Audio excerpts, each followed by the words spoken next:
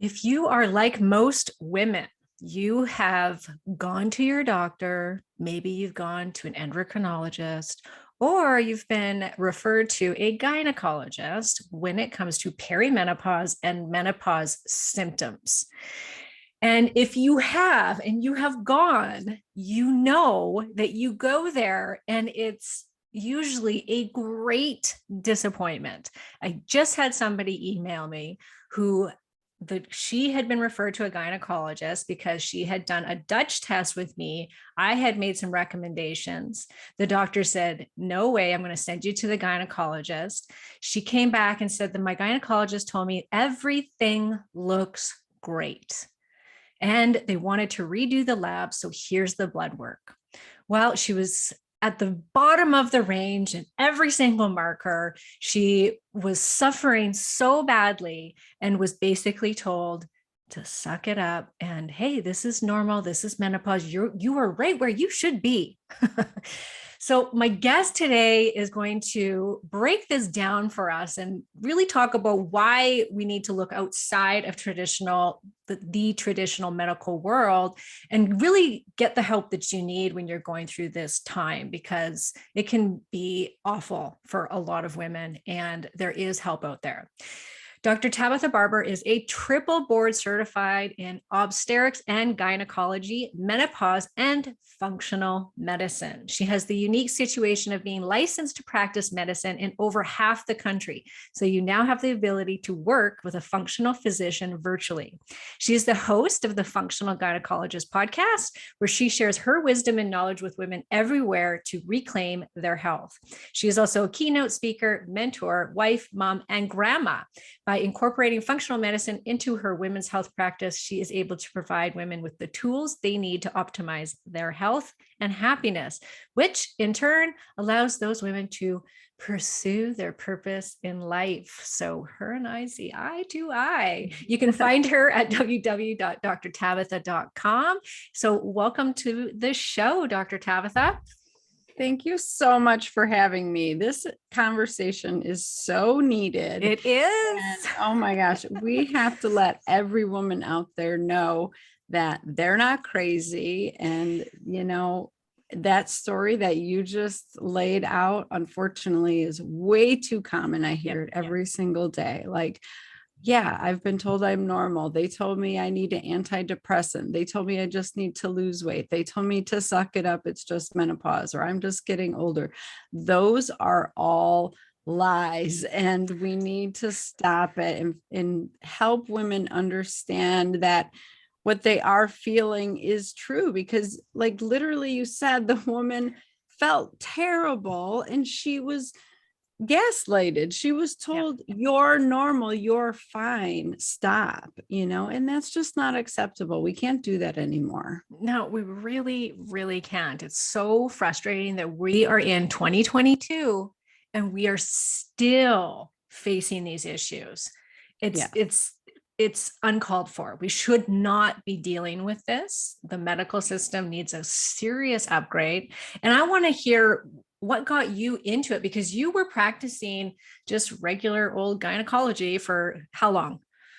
Oh, about 15 years. So I want to explain to your listeners that the way we are trained in medical school is already antiquated. We're learning stuff that they determined was truth back in the 1950s. And that is how you view medicine and practice medicine. It's very much disease focused. You're trained to find a diagnosis that insurance company acknowledges and covers, like that's number one. And then you determine which medication treats that diagnosis. And if there isn't a medication, you use a surgery. And so it's very much focused on disease and a Band-Aid approach of medicine. And, back in the 20s, where it really started to boom up until the 50s, that's what was needed. We didn't understand the microbiome and bacteria and our place in the universe and how we coexist with everything. So we were very much treating diseases that we didn't understand yet. And so that was the tools that we had back in the day. Unfortunately, that's still how we're trained. medical schools, hospital systems, they're all run by big pharma and insurance. I'm just being completely honest right now. Thank you. You Yeah. cannot make it as a solo practitioner, family practice doctor, hanging up your shingle and having a private practice. Insurance will make sure that you go bankrupt and can't survive. Like literally, you have to rely on their system to practice conventional medicine. And so the other piece I want women to understand is that gynecologists are surgeons. We are not hormone experts. I did 4 years of a surgical residency. I spent 20 hours a day cutting people, removing organs and disease, and delivering babies and sewing up episiotomies and doing procedures in the office. I was not studying the endocrine system and all the intricacies of hormone balance. I learned pretty much what family practice doctors learned in their residency. Very basic. Here's like the HPO axis of how the brain and the ovaries talk. And then it's very much focused on you use a birth control pill to regulate that system, which really you're just overriding that system, or you give hormone replacement therapy if they're in full-blown menopause. And those are all based on standard prescriptions of synthetic hormones.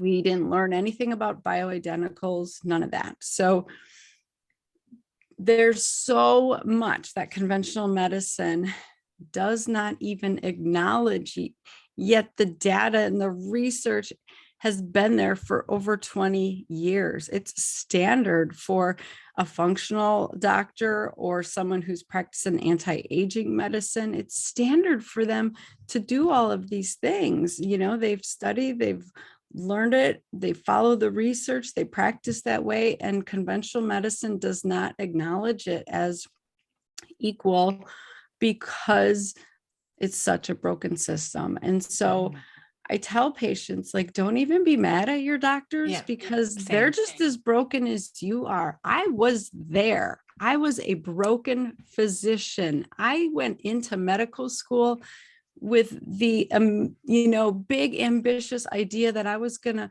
help women and be their advocate and, change the system and all of these things. And what happened was the system broke me. And I found myself cranking out 40 patients a day, doing surgeries and delivering babies all night, being sleep deprived, living on junk food, to the point where my hormones were destroyed. My gut health was destroyed and everything else. My autoimmune condition was, out of control. And so patients were looking to me to be the hormone expert, and I was not the hormone expert. I couldn't even take care of myself, let alone my patients. So I was relying on the Band-Aid standard practice of medicine. But once you know better, you have to do better, right? So once I went on this journey of healing myself and figuring all this out, I realized functional medicine is just looking at the patient's physiology, like how our cells function, how all the chemicals in our body get made and produce outcomes like hormones and neurotransmitters and all the stuff that makes our body function, the biology of us. If you focus on optimizing that and getting that into balance, God created our bodies with the amazing ability to heal and be in homeostasis, but we just keep trying to muck it up. We just try to keep giving these toxic medicines. We keep removing essential organs that we need. We keep bombarding ourselves with all the toxins in the environment that our great grandmothers never had to deal with. There's thousands of chemicals that did not exist before the 70s. Like literally, we created them in the lab, and now they engulf our world and they disrupt our physiology. And so it's really important for women to understand now more than ever, they have to be their own health advocate. They have to say, no, I don't feel good and it's unacceptable. And your answer is not acceptable either. Being told that you're normal and that you're fine when they are not actually doing the correct tests and they're not interpreting the results appropriately is no longer acceptable. No. And even endocrinologists, aren't Oh, they're the worst, trained. I actually. know. They're actually worse than gynecologists. They are very close-minded. I that was, I shouldn't be so blanket about it, but at least in my area, they are awful. They make women cry. Like, I Yeah. just have no love lost for the endocrinologists in my area. And I know there's well-meaning endocrinologists in this country. I have yet to meet very many of them. They are very closed-minded overall. They have been trained with this dogmatic approach of black and white, like your adrenal glands either function or they they don't. don't, or they're over functioning, but there's no spectrum in between. And to have that closed-minded of an idea of a system that's constantly, it's dynamic, it's changing every minute of every day based on the responses from your environment, of your mental and physical stressors, like that system changes all of the time. And for them not to acknowledge all of that that's going on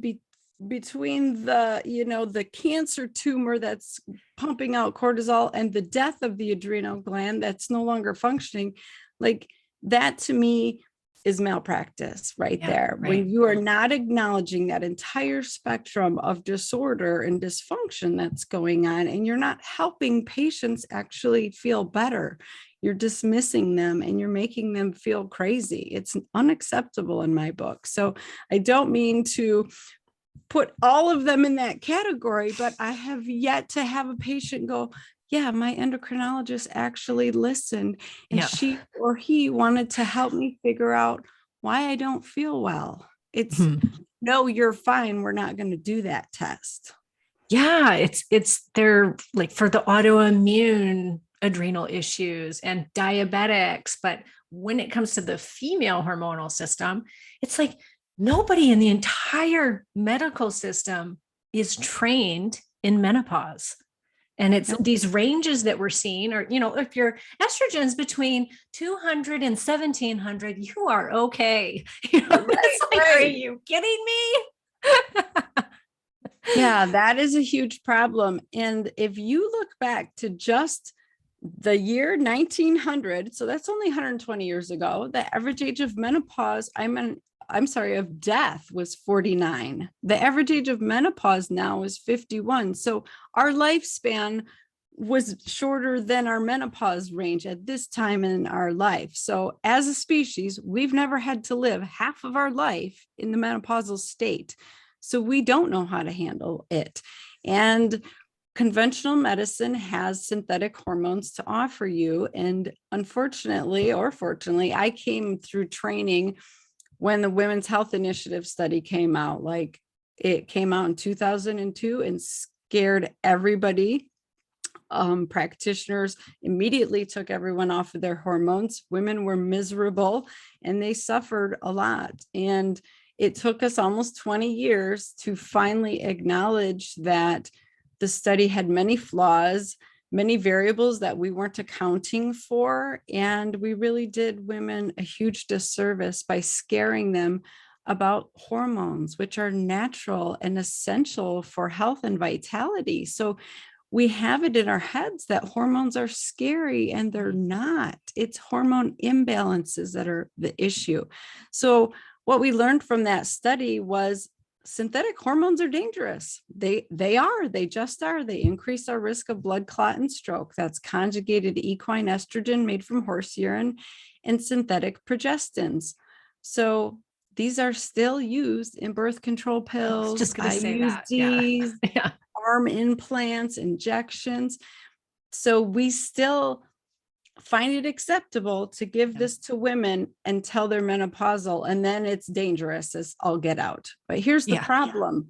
Cancer develops over decades of chronic inflammation at the cellular level and things not repairing and renewing and regenerating and DNA being damaged. That doesn't happen overnight when you hit menopause. That happens the decades leading up. So unfortunately, the birth control pill is probably part of the reason our breast cancer rate has increased over time, because our birth control rate has increased. But that will never be studied and addressed and acknowledged, because it would wreak mayhem on our country, right? Like, I'm all for birth control and having that ability as a woman to not get pregnant. That's how I literally didn't have another baby after having one at 17, right? So I want women to have that choice to have a birth control pill option, but I want you to know what you're signing up for. Mhm. And I want you to only use it for birth control and not to quote unquote regulate your period, because you're just shutting down your own hormone production and causing more issues. And it causes leaky gut and vitamin deficiencies and low libido and all these other chronic issues that we aren't addressing. And so that was a little bit of a tangent, but I just want women I love it. to be aware of what they're signing up for, because we treat it like candy in this country. Like, we just hand it out like it's nothing and it's not dangerous, when in fact it is. And so that study really showed us that synthetic hormones damage our bodies chronically. The other issues with that study was the average age woman was 64. So she was already way over menopause. Like, she had stopped making hormones 10 to 15 years prior. And then we went and gave her synthetic hormones. The majority of the women were also smokers and had heart disease and diabetes and were obese. So they already had these comorbidities. Then we added these synthetic hormones, and then we all freaked out because they got blood clot, stroke, and breast cancer. Well, no, duh. Of course they did. They're not a good candidate, and synthetic hormones are bad. So that's what we learned. It took us 20 years to figure that out. But here's the amazing part. Bioidentical hormones don't seem to have that same risk. They are used every day all over the country by millions of people. The studies just have not panned out. They don't have the same risks. Women can be on these long term because their body sees this as a natural thing that they would have normally produced. And so there's a different response. And so I have many women who are on bioidentical hormones pretty much forever. Like, they threaten, you can't take this away from me, I'll hurt you, because it makes them feel good. It slows down the aging process. It prevents diseases from beginning, like heart disease, diabetes, dementia, bone loss, osteoporosis, all of these important things. We don't want any of that. I don't know about you, but I'm just like in the prime of my life. While my hormones are declining, I'm trying to run 2 businesses. I'm still raising children. I'm trying to still be in shape and be active and play with my grandson and do all of these things. I'm not ready to sit on the porch and knit and be done. Right? Like, and my hormones. I think it's so interesting that back in, like you said, in the early 1900s, it was typical for women to die right around menopause. Yes. Like, what does that say, everybody? When we lose our hormones, things start to go a little bit off, And yes. I kind of see it as, we start dying, because without these vital hormones, all of this chronic illness starts to come in. We start to develop Alzheimer's, dementia, diabetes, like you said, heart disease, all of these things, osteoporosis, that are all hormone related. Okay. Yeah. So I want to ask you, because when it comes to the research, a lot of the research shows that there's this 10-year window post-menopause where it's safest to be on hormones. From my gathering of research, a lot of that is based on traditional hormone therapy, like Premarin coming from the pregnant horse, not long-term bioidentical hormone therapy that's transdermal, not taken orally when it comes to the estrogen. So what are your thoughts on that? Like, do you think it's safe? Like, what is the studies you've seen? Have you seen long-term past 10 years studies on bioidentical hormone use? So there isn't a lot on long-term use as of yet. I will tell you, I inherited a very, I don't know what the term would be, an older practice. When I first came out of residency, my typical patient was probably 65. Like I had a lot of older women and they were all on these synthetic hormones at the time. And they actually did amazing. So here's the thing, even though synthetic hormones have risks to them, they still make women feel better than natural menopause a lot of times. Yeah. So the research really shows that it slows the aging process, but the key is to get on them before the 7 to 10 year mark, because then if you get past that point, those disease processes have set in, like I mentioned, and so that does increase your potential risks. We don't have a lot of studies with bioidenticals because most studies are done by big pharma. So they are trying to compare one medication that they're trying to put on the market with another or without it to prove that their medication should be approved by the FDA for use. And so that's who's paying for studies to be done, are companies who are trying to make billions of dollars off their medications. And so if it's not a new medication coming out, it's probably not going to be studied. And so we just don't have a lot of studies. So a lot of our bioidentical is called anecdotal. It's from practitioners all over the country seeing thousands of patients, and all that accumulative data over time has shown that it's safe and it doesn't have the same risk.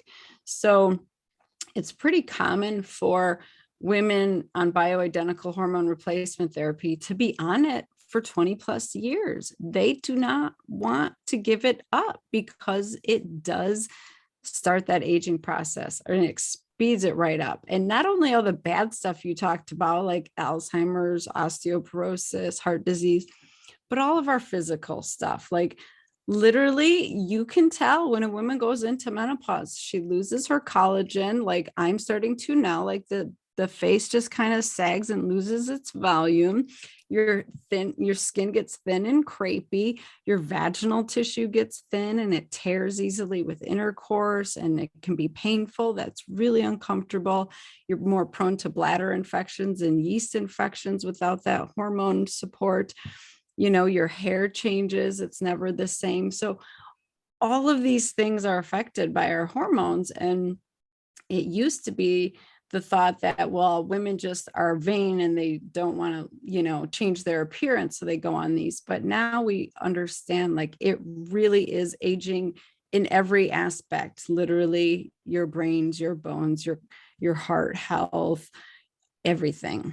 Your gut And health. so, yeah, oh my goodness. And so I want women to have the ability to make that decision. Do I want to go on bioidenticals?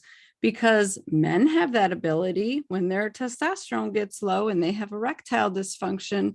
They got all the prescription medications you can handle, and that's because big pharma cares about them being vibrant and healthy and running the world. I'm going to be honest, they don't want women running the world. They don't want us, in the boardroom and being the boss. And menopause takes out a lot of women. And so they don't want to support our being badasses in our prime of our lives. And so you have to look outside of conventional medicine and big pharma if you're going to get any help. And that's just the honest truth. And now they're actually lobbying hardcore at the national level to remove compounding pharmacies' ability to make hormones for women. It's a huge issue right now. And that scares me, that big pharma can completely control our ability to have a vibrant, healthy life or not. Like that shouldn't be the case, but it's the truth. Yeah, that's just going backwards. I think that's the most insane thing ever. Thank goodness it's not happening in Canada. But, most of my clients are down in the States, and that's a real concern. It's terrible, absolutely terrible. And speaking about women, even, not being in the boardroom and running the world. And I just interviewed Dr. Maish Saibal, who wrote The Estrogen Window. And speaking of the estrogen window, and he just wrote a new book with his wife about just that, about women in menopause in the business world that are out there working in these, some of them in these high up jobs, having to run big companies. And there they are, hot flashing, anxiety, depression, not sleeping, no sex drive, gaining weight. And a lot of them end up quitting their jobs. Like the statistics are terrible because they don't know how, they're being almost made fun of in the boardroom, like, because there you are with, pouring sweat and people are looking at you and it's embarrassing. And so they'll just quit their job.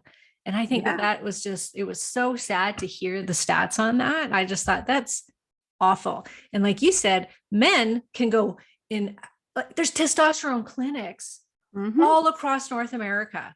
And they're pushed and pushed and pushed. And oh, you come into your doctor's office and you got an erectile dysfunction. Oh, well, here you go. Like, no questions asked. We don't want you to feel bad at all. We don't want you to miss a beat in your step. And the worst part about it for women, I think, is the brain fog, because they literally cannot finish their thoughts anymore. They can't, finish what they're doing at work. They can't have a conversation and remember what they need to do. And it has a huge impact and effect on their ability to work and stay in those high performing positions. And it's sad and frustrating. And now we're seeing, to top it off, that perimenopause is starting much earlier.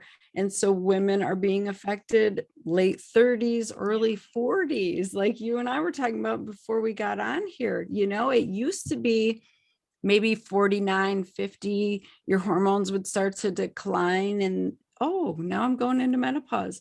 But now we're seeing it very common to start as early as 35, and women are just on this imbalance of a roller coaster. And people keep asking me, why is perimenopause so long all of a sudden? Like, where is this coming from? And honestly, it's coming from a few distinct things. Number one, environmental toxins, like all of the plastics that our food and our beverages are in, they are full of xenoestrogens. And so that really causes an imbalance in our hormones. And our bodies can't handle it. I mean, it's an overload that we've never seen before. That's a huge factor in it. So you have to quit heating your food in plastics and drinking out of plastic bottles and all, like, it all has to go. There's plastics in our cosmetics and all the lotions we put on, and we just absorb all these chemicals. So that's one. Number two, alcohol. People hate when I say this, but I gotta be real. We have come to this place in society where, like, we just drink every day. Yeah. And it's not cool if you don't. That's the really sad thing is women, it's cool if you do. It's not cool if you don't.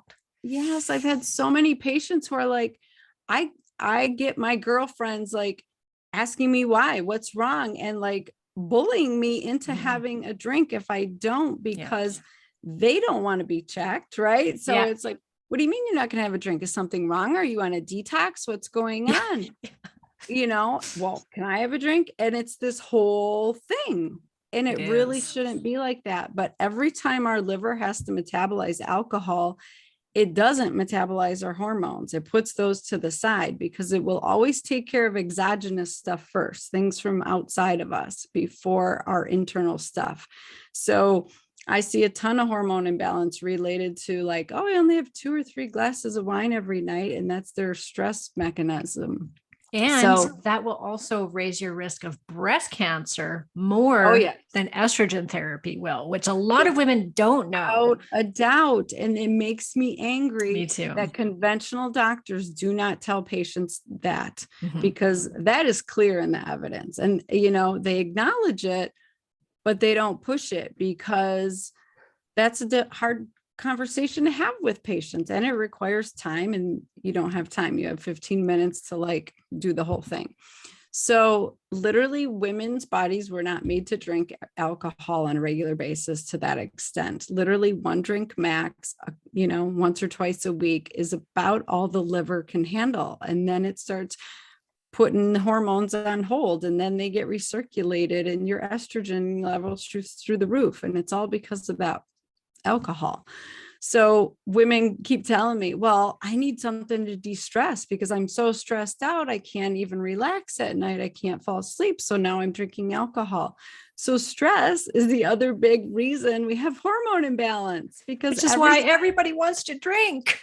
right. So you're stuck in this vicious cycle. And then the vid made it even worse. But every time you make cortisol to handle your stresses, I don't care if it's a physical stress because you're trying to train for a marathon, or if it's an emotional stress because you hate your husband, or if it's a physical or a mental stress because your job's really a lot, or if it's exciting, happy stress, all of that has to use progesterone to make cortisol. And so it will steal your progesterone every time, and that will be really low, and that will make your estrogen feel even higher. And then it's normal for us to not ovulate every month as we age. We run out of eggs to ovulate. And when we do that, we don't make progesterone. So we're already not making it enough. And then we're stealing it to make cortisol. And then we have to drink alcohol to handle all the cortisol. And then we don't metabolize our hormones. So we get in this horrible imbalance, and it's just happening younger and younger and younger. And somebody has to call BS at some point and say, yes, you need to change what you're doing. Just because we're all doing it as women doesn't mean that's how our bodies want to function. It doesn't mean it's normal to live ragged and feel this way. It's really not. Like, I'm seeing women now in their 20s who don't have a libido and don't have energy. And it's because they're starting to get into this cycle. And I'm like, whoa, whoa, whoa, time out, you know?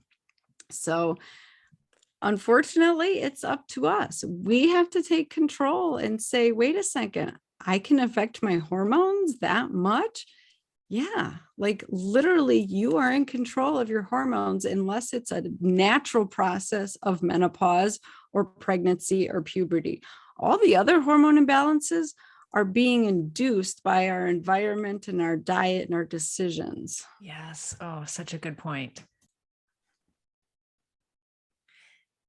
I find a lot of women, and I'm a big user, and like, I love the bioidentical hormones, but a lot of women think, well, I'm just going to slap on my hormones and everything's going to be okay. And it's going to be the answer to all these problems that I'm going through in perimenopause. And it's really not that simple. And so in your practice, what do you find that women have to do in order to prepare themselves for those hormones and to start balancing those, besides getting rid of the alcohol, we'll say, and stress and stuff like that, but like, what else can women be doing to help them get through this time? Oh my gosh, that's such an important point. I'm actually writing that exact book right now. Oh, wow. Yes, because we want to blame the hormones. We want them to be the problem. And so the hormone replacement is the solution. And so women seek out the bioidenticals, which is great. I'm all for that.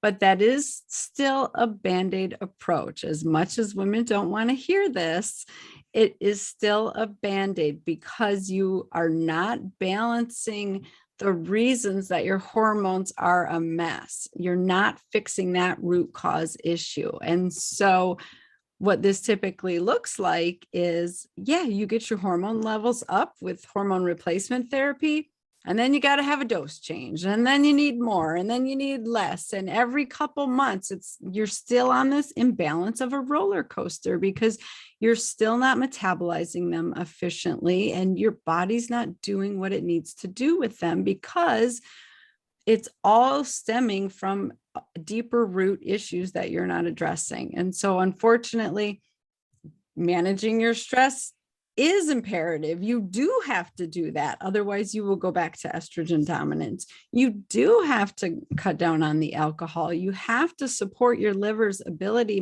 to metabolize those, because if you take estrogen, whether it's a patch or a cream or a pellet or whatever, if your body doesn't deactivate it appropriately in the liver, your levels can get too high.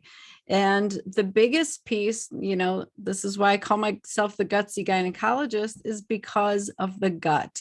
We are not addressing our gut health, and our bacteria in our gut actually determine our hormone levels and how much we're recirculating and all of that. So it's really important to clean up your diet and start incorporating some intermittent fasting and give that pancreas a break and that liver a break.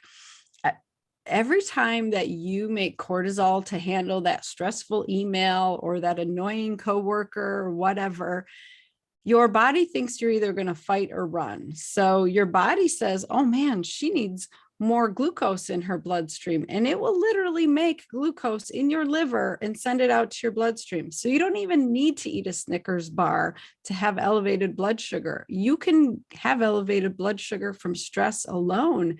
So all of a sudden you're on this path to prediabetes and insulin resistance, because every time you put blood sugar out in there, you have to make insulin to take it up and do something with it. Otherwise, it can't just sit there.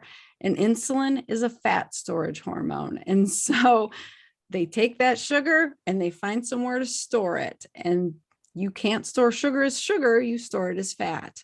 And so you can gain weight and get a belly, which that's the most common symptom from chronic stress, is you all of a sudden get this muffin top or this belly that you didn't have before. And no amount of hormone, taking hormones is going to fix that if you keep pumping out cortisol. So I hate to be the bearer of bad news, but I like to look at it as empowering. Oh my gosh, I have that much control over what my weight is and my body composition and how I feel. Literally, it's all in your control. You just have to accept that responsibility and then do what's necessary. And I found that very empowering for myself. Oh my gosh, I just need to do more strength training because muscle burns fat. I need to stop doing all this crazy cardio, which is pumping out more cortisol. I need to check my alcohol, maybe drink some herbal tea instead, or get a massage for my husband, or take an Epsom salt bath or something else, and you just start making these little shifts, and taking bioidenticals will actually feel better and they will work better. So it's really important that you address all of these things. Mm-hmm. It's like a big puzzle, and you got to get all these pieces, and there's going to be different pieces that are out for different people.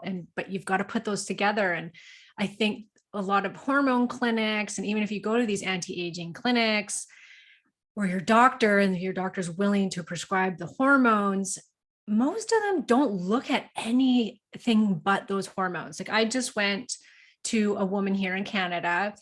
She was able to prescribe testosterone. So that's why I went to her. She deals with nothing but bioidentical hormones.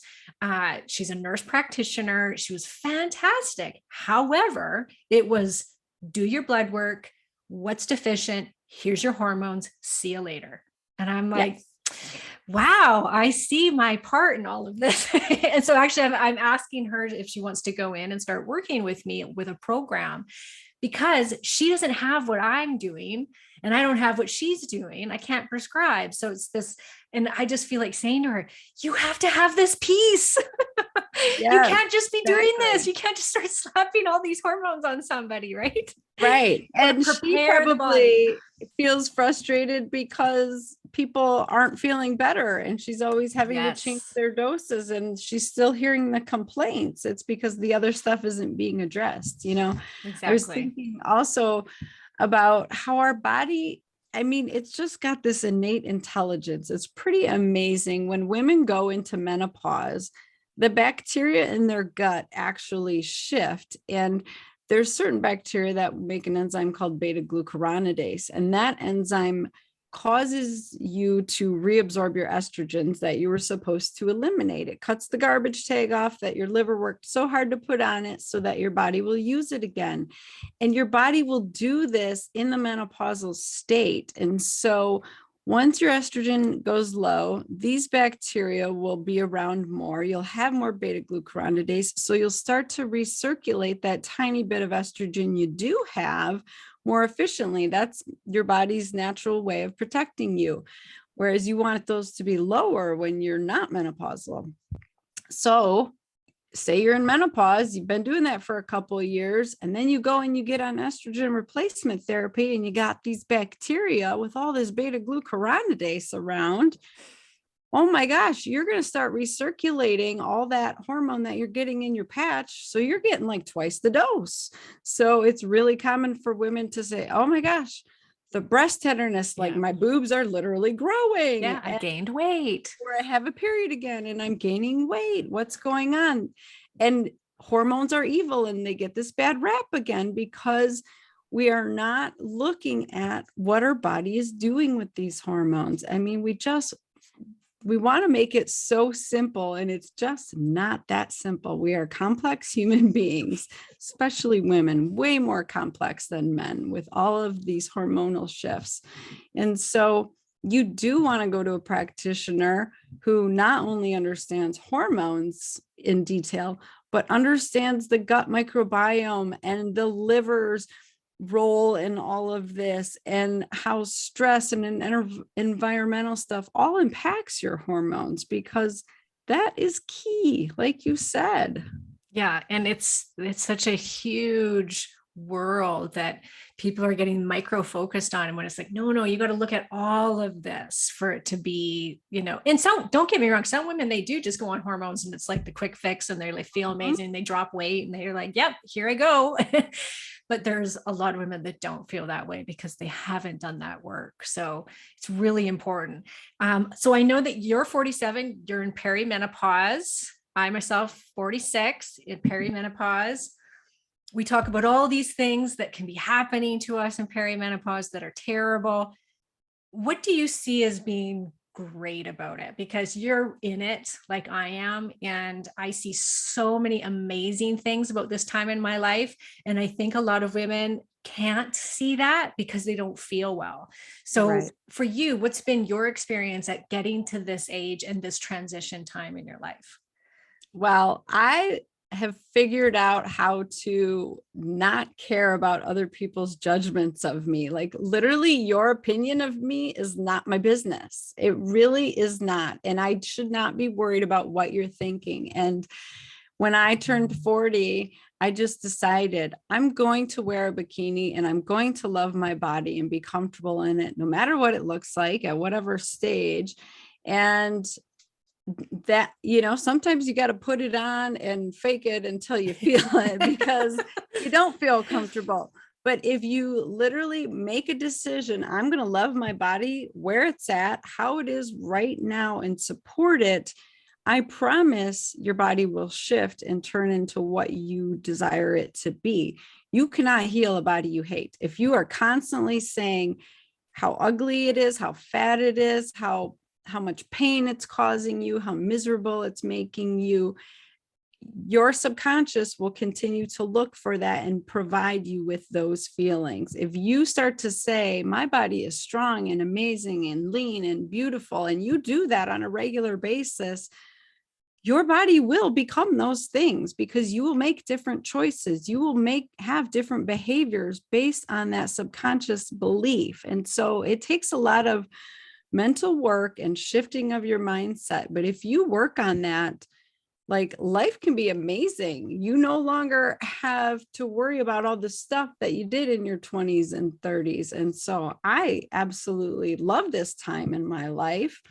And I'm so in tune with it now that I realize why something's happening. Like I mentioned to you earlier, my estrogen tanked last week. Like I was weepy. I wanted to cry. I was miserable. I was like, oh, that's low estrogen.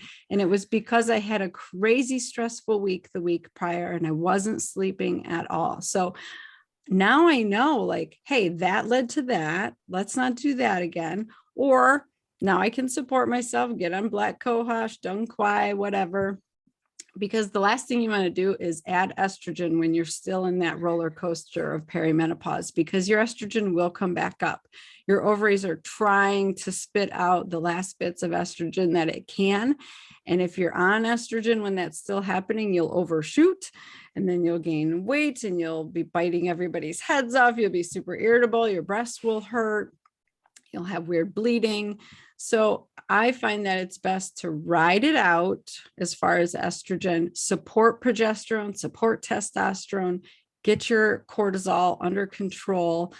And the estrogen ride isn't so crazy during that time. So for me, I've found it very empowering to just spend some time getting in tune and coming at my body from a third party perspective. Like, that body is amazing and it's housing me and it's doing an amazing job with the tools that I'm giving it. And if it needs more, then I need to give it more, as opposed to blaming it. Like, you caused me pain, you caused me all this suffering, because that was getting me nowhere, you know? And I see that in my patients every single day. Like, when they beat themselves up, that is where they stay.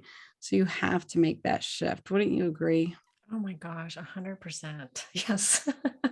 And I feel like it's a time where I'm more myself than I've ever have been. Like, I'm more Yes. grounded, and I know what I want and what I don't want. And like you said, you don't care about what other people are thinking.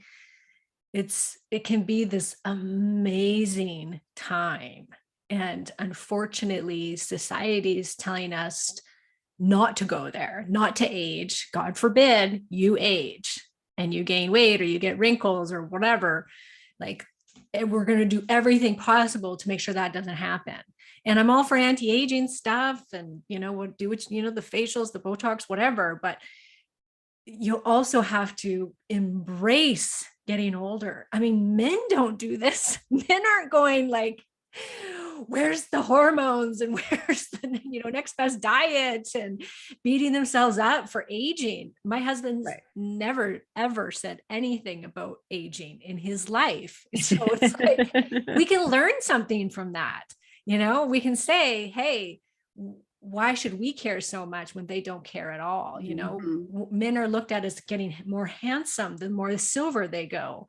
So society really needs to shift and start seeing women that are in their 40s, 50s, 60s and beyond as the wise women that we should be held up in society, that we should be celebrated for aging. I think that, and I know we're a long ways away from it, but I think people like yourself and myself are really leading that way. So I want to thank you for all the work that you're doing for women. I know you came from a really hard background. You were a teenage mother and you became a doctor, which I think is just like, it just gives me shivers. I think, wow, good for you. I mean, that could not have been easy. And then you decided to go against the grain and you became a functional gynecologist. So tell everybody how you're working with people and how they can find you. Yeah, so you can go to drtabatha.com. It's DRTABATHA. And I do work with people one-on-one.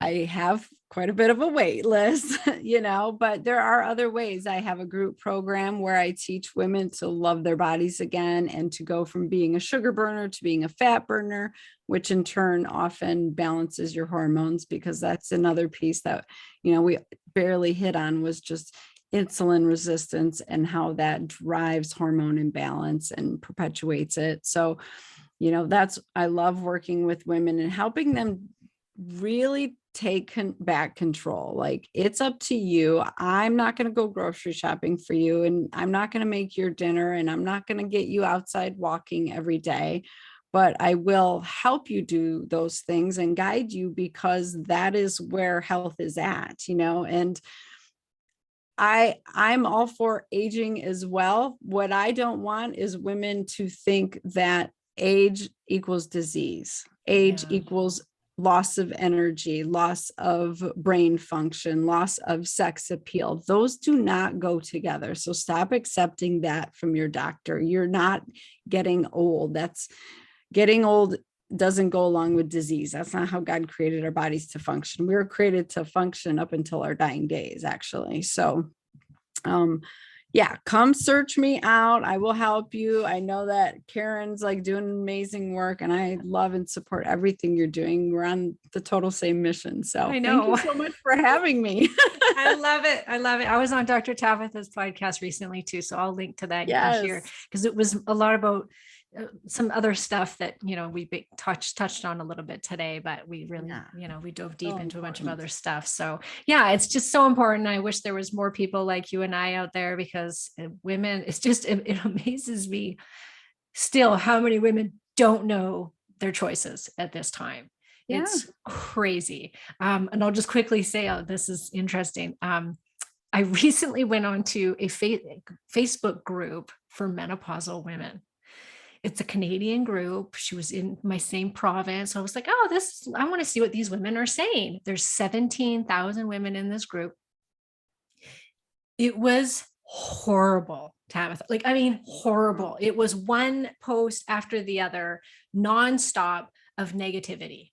And it just made me want to cry. I was like, you guys have no idea what your options are. Like what they were saying and the advice that was being given was so terrible that of course, I Oh, wanted to jump on and message every single one of them and say, you do not have to suffer. You can thrive. right. And I Right. think women need to hear that. So This could be the best part of your life. And you have a great podcast. So everybody can head over to her podcast too. She's got so much information, a great Instagram account, which I was on earlier today, reading about the O shot, which we're going to have you back to talk about that one. But all right. Well, thank you so much for coming on the other side of weight loss. I appreciate it. And I look forward to having you back. Thanks, Karen.